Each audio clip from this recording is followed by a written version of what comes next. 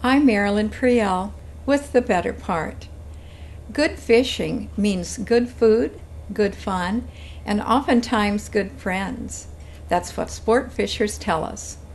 Come with us while we follow the activities of a local fishing club. We will see the fun they have, and also we will see how they volunteer to help preserve our fish supply and how they teach their skills to new generations. They are the Bay Area Sportfishers Club, and they do it all for the love of fishing.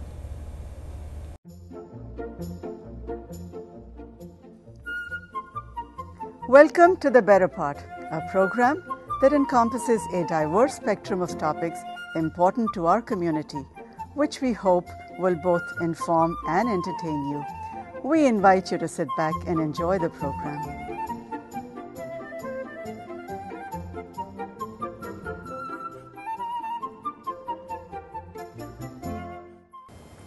Alan Blue is a founder and many times president of the Bay Area Sportfishers Club. Alan, how many members are in this club? Right now we have 36 members plus their families. Mm-hmm. And how long has it been going? We started the club in 2001. In April it was the first meeting, and it's been going strong ever since. When you go fishing, do you always go out with the entire group? Is that how it works? You have a big... No.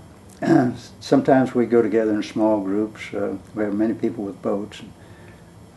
We do have one club event a month where all the club are invited, and a lot of us go together. You mean like parties? Or sometimes it's fish fries, barbecues, but mostly it's fishing events. That sounds really nice. And then you go out separately in small groups. And, right. And then, for instance, how many times a month would you fish? A month, I probably go 6 or 8 times a month. Mm-hmm. And the club has the one club event per month. In addition to that. Right. Mm-hmm. What kinds of fish are you catching? We catch a lot of different kinds. In the ocean, we catch a lot of salmon, we catch halibut, rockfish, lingcod, variety of stuff. In the bay, stripers, striped bass, and halibut, and some salmon. Do you ever just go to a pond and fish? We do occasionally. We go to lakes and fish. We have some of our club events in lakes. Also, we have the Fishing in the City event in the lakes for kids. Are there certain locations to find various species? Yes, like in the bay, a lot of halibut, striped bass, sturgeon, some salmon. In the ocean, of course, we get salmon, rockfish, and lingcod. What about stingrays? And, we catch one accidentally occasionally. We don't fish for them. Are there definite seasons to get certain fish? Yes, there definitely. Salmon season opens around the 1st of April. Lingcod or rock cod and lingcod usually in May. Then it closes at various times, not always the same time. They don't know when they're going to close it always. You gave me some lingcod. I loved it. I'd never tasted it before. It was delicious. We also catch shellfish. We catch Dungeness crab. This year has been a real good year for Dungeness crab. Out of Half Moon Bay, we got several limits. On private boats, you can catch 10 apiece, which is quite a lot of crab. You catch those with cages? We do. We have crab pots, they call them. It's a square cage, maybe so big, and you drop it down and you leave it for a few hours and go back and pull it up and get your crab. We also get mussels. In fact, one of our club monthly events is a mussel grab, we call it. We go out of Half Moon Bay off Pillar Point and we're allowed 10 pounds apiece if you have a fishing license. And we get the mussels. Sometimes we even have a cook out together, cook the mussels. You call it mussel grab. Mussel grab, yeah. You grab the mussel? Well, we pry them off the rocks. Oh, I see. And, okay. Fill up about a half of a 5-gallon bucket with mussels. Have to have a scale with you so you don't go over the 10 pounds. They frequently check you for that. Do you ever go down into the Mexico area for fishing? I have. A few years ago, several of us from the club would go together down to Cabo San Lucas and fish in tournaments down there. Did quite well on marlin, sailfish, swordfish, dorado, a variety of fish. There's a lot of them down there. Now, talking about fishing in the rivers, and you fish in the delta as well. Are you allowed to fish in the delta? Yes, that's where they catch a lot of the sturgeon in the delta. Mm-hmm. Sturgeon, striped bass. We had a club outing just a couple months ago up in the delta. Okay, and then, well, you've done a lot of spear fishing, and how is that done? I have. I've spent a lot of time in Hawaii. Scuba diving and spearing fish, and there's a lot of good eating fish down there to be speared. So it's not like you stand on a rock with a spear and go for it. You actually will go under the water. Actually go on and you're combining hunting and fishing together. You hunt them down and then spear them and fight them in and all this. Why is it sometimes done at night? At night, fish tend to sleep. And the good, clear, warm waters in Hawaii, it's nice to go down at night. Your light brings out the color and all the coral and the fish, and you can get up close to the fish you want to spear. You can get within inches of parrotfish while they're sleeping, as long as you don't touch them and disturb them. Those are the beautiful blue fish? Blue, the males are blue, and the females are kind of a reddish pink color. And they get nice size, and they're very good eating. I've heard that you've had one or two interesting octopus experiences under the water. Especially one occasion, I looked under a ledge and saw an octopus. I reached down and pulled him out. As I did, he wrapped around my face, latched on, and my friends saw that and thought I was in real trouble, so they tried to pull it off.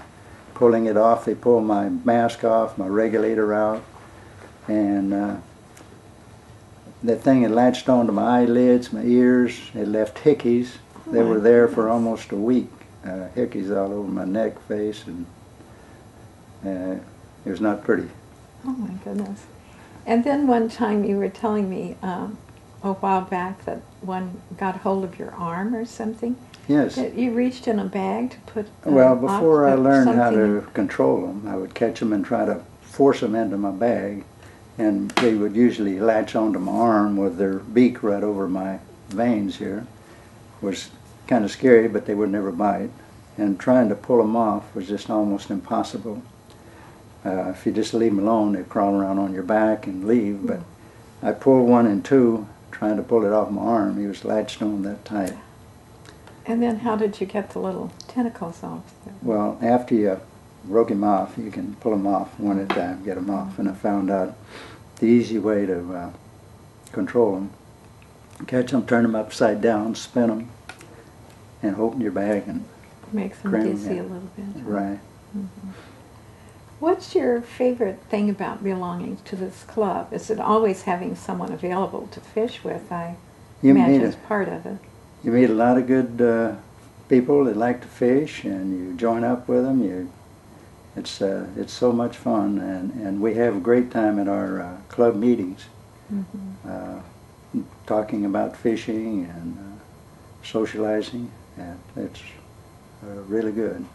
Well, we do have some footage that of just a very few of your many activities that the club does.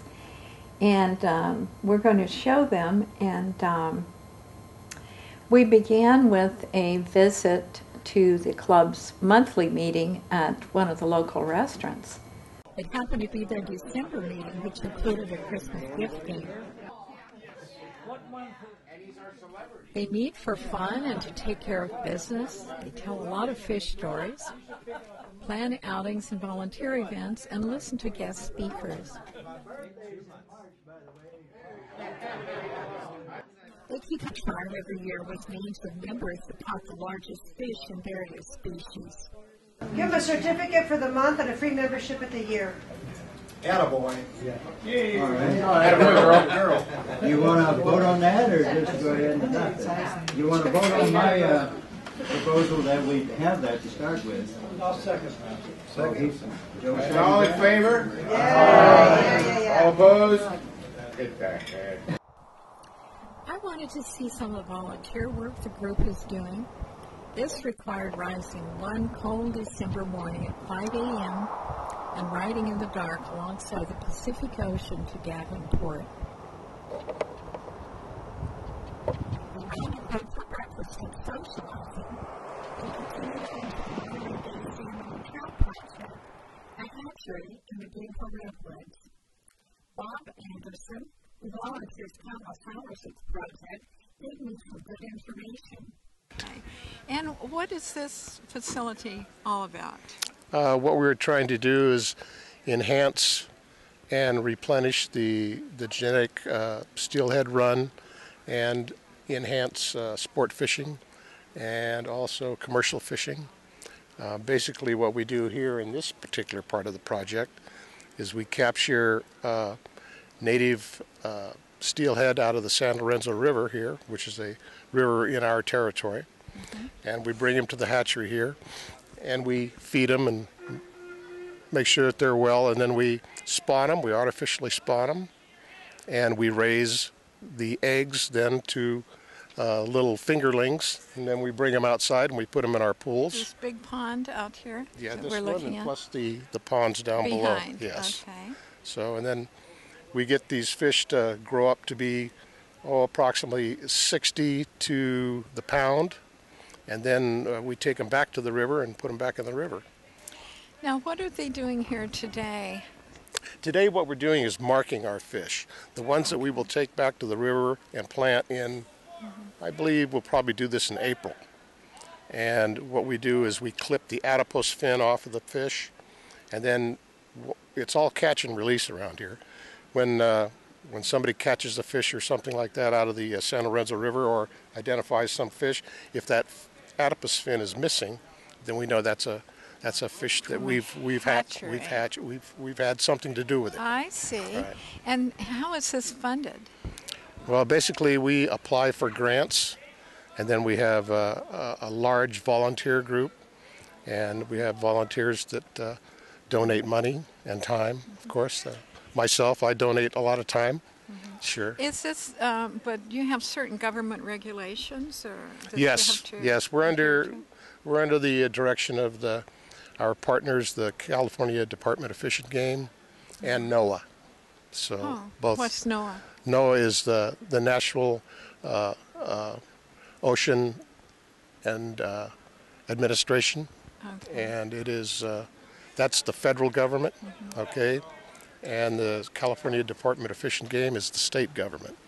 And you sometimes tag them, but not always. Sometimes we do tag them. Well, the ones we were tagging were actually the coho, and we were doing that because the run was disappearing. And for all intents and purposes, the run has disappeared, but now we're building it back up.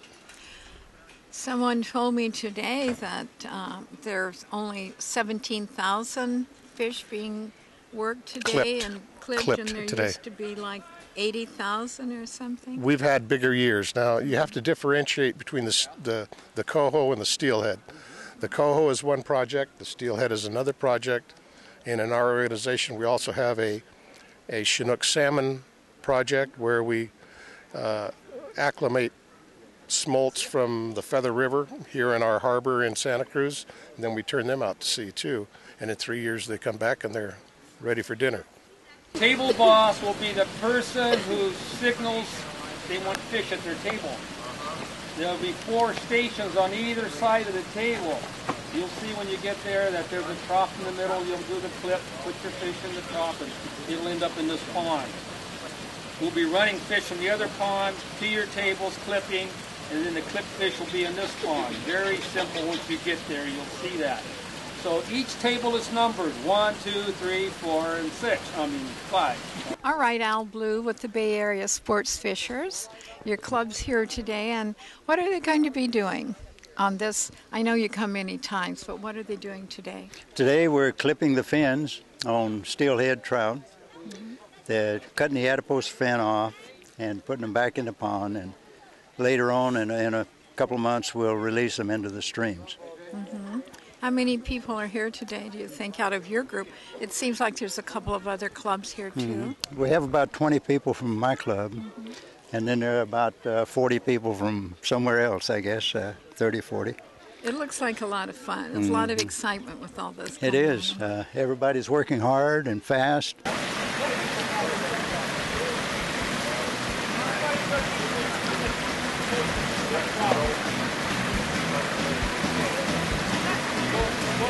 Okay,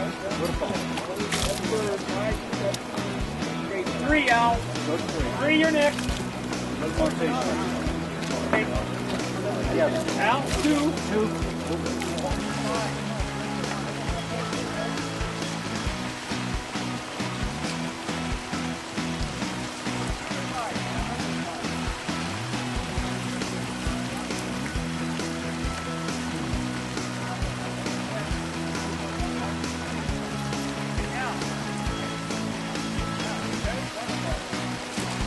Three, you'll be next. In from 3. 1.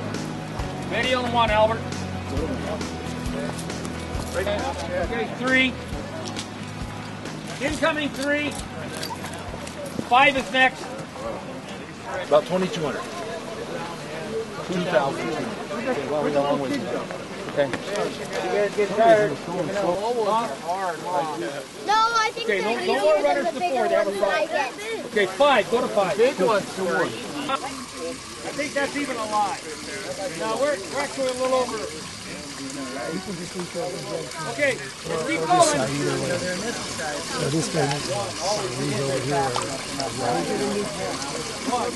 Robin, 10. Got it, Robin.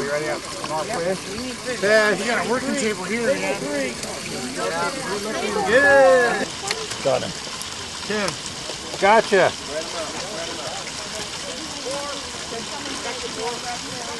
Here, I'll help you.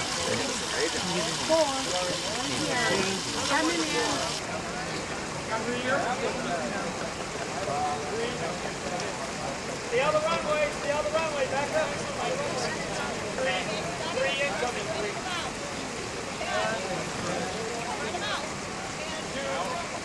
2. Go, hey, son, you're going to. This continued on for many hours, followed by a nice barbecue.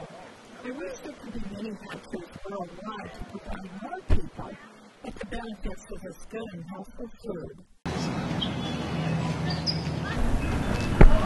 This is another busy day for the Bay Area Sportfishers. They're sponsoring Fishing in the City. It's an event that urban children can come out and have fun learning to fish.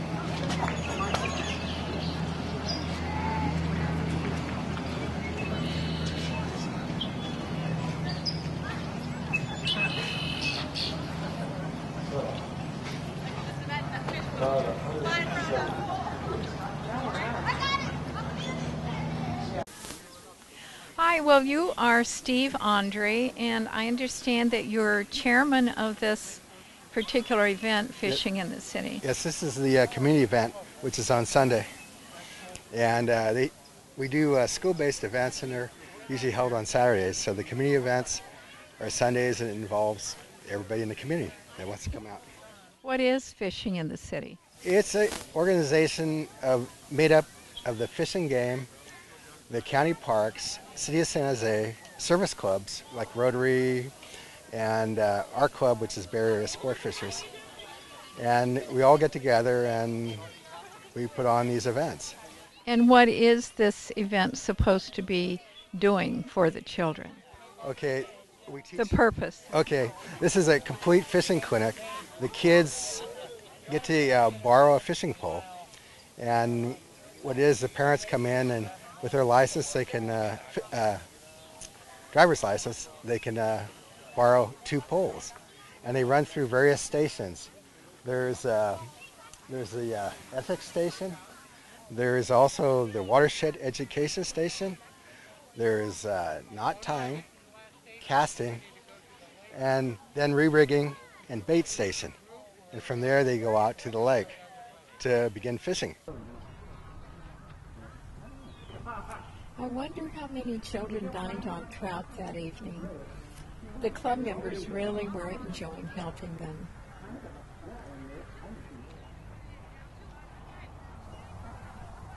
Longtime member Elsa Geyer was kept busy taking pictures. What about the gear? All the fish poles and everything. I know. Where do they come from? They come from South Bay Fishing in the city, and they're supplied by them. They return them back after they finish, and then they keep their little tackle box, though. That's the children theirs. Get to keep their tackle box. It's got a stringer, and it's got weights, and about 6 or 7 things in it. That's hard to find.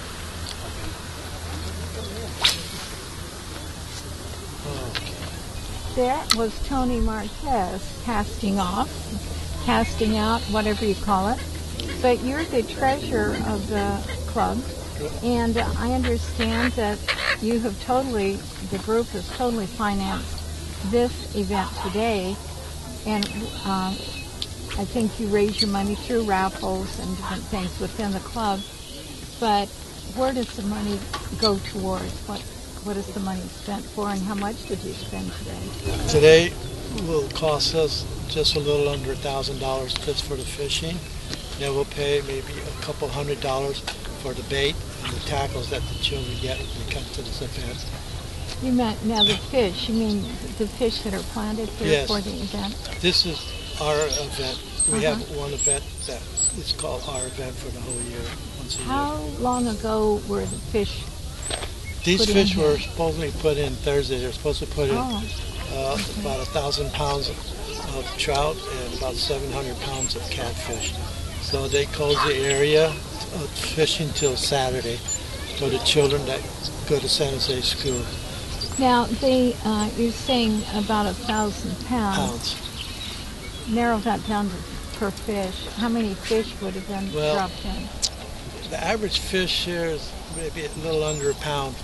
So 1,000 pounds of fish? So it could average about 800-900 pounds of fish. 900 so fish. 1,000 fish, and there were about 150, 200 children. So if everyone, I think, were allowed 2 apiece, so 2 times 150, that's 300. So the rest remained for the general public? Then? Right. After 11:30, the event is open to the public. So you've actually paid for fish for other people? Yes, we did. But in the meanwhile, in the morning area up to 11:30, it's strictly for the children. After that event's over, then it's open. Yes, we do. We make everybody happy. So why do you put so many because we want the kids to guarantee to catch a fish. And the Commodores, these birds here, will eat quite a bit of them. Oh, really? There's been events where they've eaten like 60% of the fish. Well, your members really seem to enjoy the volunteer work that they do. And that seems to be a big part of the enjoyment that they have one another. How would a person be able to join your club? Do they have to be really good fishermen? No experience required at all. If you're interested in fishing at all or talking to people that fish, join the club. We help people out that haven't fished before. Happy to take them with us and teach them all we know. Are the licenses expensive? They are not too bad. About $45 a year for a license. If you buy a daily license, it can be. It's a little over $14 a day if you buy them that way. Now, with this license, can you fish anywhere in California? Yes, it's a state license. But to fish in certain areas, some rivers, you need an additional stamp to fish. So how would one know that? Well, You the Fish and Game puts out a information book, and also where they sell fishing license at the any sporting goods store, they can tell you about it. And they also have the books available with all the information. The sporting goods stores have the books available. Right. And then, like, I heard something about there being a lifetime license. Yes. For someone like you. I bought mine, and it's really been worthwhile. If you're going to be fishing for many years, it's a good deal. It's kind of expensive to buy one, but... How much was it? It depends on your age. You get a senior discount? Senior discount. Starting at 62 is the last price drop. Drops down to about $500 for a lifetime license for a person. And well, that's good then, because you figure $40 a year you can. Oh yeah, 40, and it goes up years. every year. It's about 45, and if you buy the extras, like the extra pole stamp or a river stamp or this or that, you know, it can be quite expensive. Does this include ocean deep sea fishing as well? It You need does. a license for that. Well, the same license good in the ocean as it is in the lakes. Is there a cutoff point about, like, if you went way deep into the ocean, would you still need a license? Far, far out? If you went far, far out, that's one thing, but coming back in, if you bring fish back in, then you might have a problem. Except for some fishing. You have to pull in and dock, and it's when you come in and dock that they check you. That someone come on board and check see if you They have fish. frequently check us, come on board the boat, even while we're out. Could be a mile offshore, and still they come on the boat sometimes and check us out. Well, if someone wants to join your club, do you have some information for us? Website? Absolutely. www.bayareasportfishers.com. That's easy. Or call me if you want to Alan know. Blue. Yes. Do you want to give your phone number? Yes, 408-270-0403. And I welcome all calls. Well, I hope that too many mermaids will not be calling you, giving your private number. Well, it's been really nice having you come tell us about fish, and I think it's so nice that you can catch your own food and have fun doing it. And I know that all of your members are really generous with their catches. They share them with a lot of people. And it's been nice having you again, Alan. Well, thank you, Marilyn. It's been my pleasure. We're always happy when you're here with us, and we look forward to next time. Goodbye for now.